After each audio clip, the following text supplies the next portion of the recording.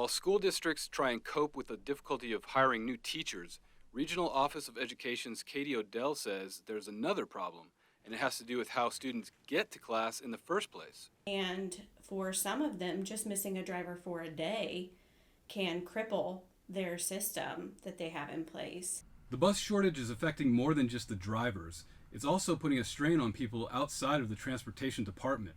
School districts have had to resort to administrators and teachers stepping into the driver's seat. We have a school district who has a PE teacher who has agreed to come in early, and so he drives a bus in the morning, drops it off at the elementary school, and the transportation director for that region then will pick the bus up from the elementary and drive it back to the garage.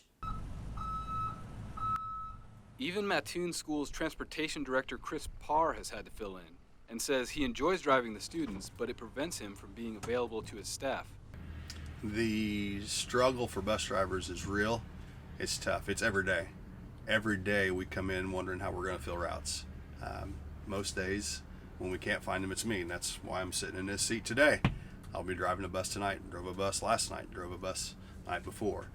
You'll see a lot of transportation office staff or even their mechanics. They're behind the wheel because there's not enough drivers to fill the seats. Administrators believe the lack of drivers cannot be tied to one specific cause, rather a perfect storm with a couple prominent issues.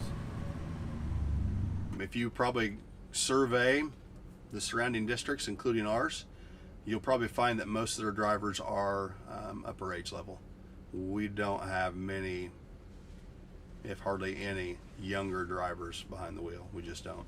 It's all, everybody will be 40 to older probably.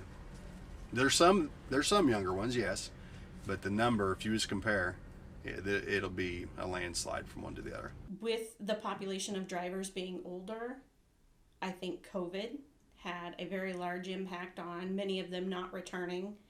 And those who are still driving are probably wary of COVID still spreading. In Mattoon, I'm Will Simmons for WEIU Newswatch.